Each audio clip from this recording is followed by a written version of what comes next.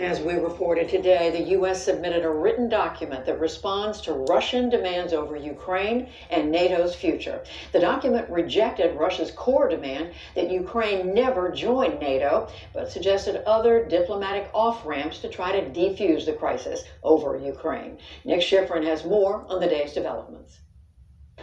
In Moscow today, an effort to save diplomacy. U.S. Ambassador John Sullivan left the Foreign Affairs Ministry after delivering a written document that Secretary of State Antony Blinken said reiterated a core U.S.-NATO principle. I can't be more clear. NATO's door is open, remains open, and that is our commitment. But that is the very commitment Russia demands the U.S. break as it deploys equipment and 100,000 troops to Ukraine's border, including new video today of fighter jets in Belarus to Ukraine's north and ships off Crimea to Ukraine's south. Back in December, Russia demanded that NATO close its open door to other European countries, including Ukraine, and roll back all its forces and weapons in Europe to 1997 levels. Giving in to that demand would rewrite decades of U.S. and NATO policy and the map. In 1949, NATO's eastern border was Italy. By 1997, it had added 4 more countries for a total of 16.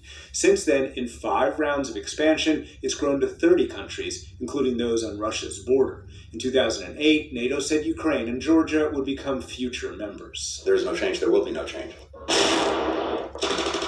But what the U.S. is offering, mutual limits on Eastern European exercises like these in Poland and missile deployments by reviving the defunct Intermediate Nuclear Forces Treaty, or INF, that banned an entire class of nuclear weapons. We also do lay out areas where we believe that together we could actually advance security for everyone, including for Russia.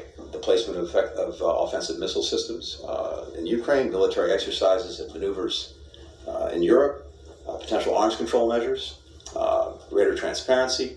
But even before Blinken spoke, Foreign Minister Sergei Lavrov suggested it wasn't good enough. If there is no constructive answer, and if the West continues its aggressive course, Moscow, as President Putin has repeatedly said, will take the necessary retaliatory measures. The U.S. and NATO are also trying to deter war by reinforcing NATO's eastern flank with European jets, European soldiers under NATO command, and as many as 8,500 U.S. troops. NATO Secretary General Jens Stoltenberg. We have plans in place that we can activate, execute on very short notice. So what we have done over the last weeks is to increase readiness. To reassure allies, the administration is working to replace Russian natural gas that Europe relies on in case Russia cuts exports.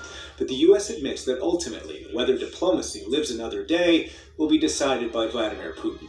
The document is with them, and the ball is in their court.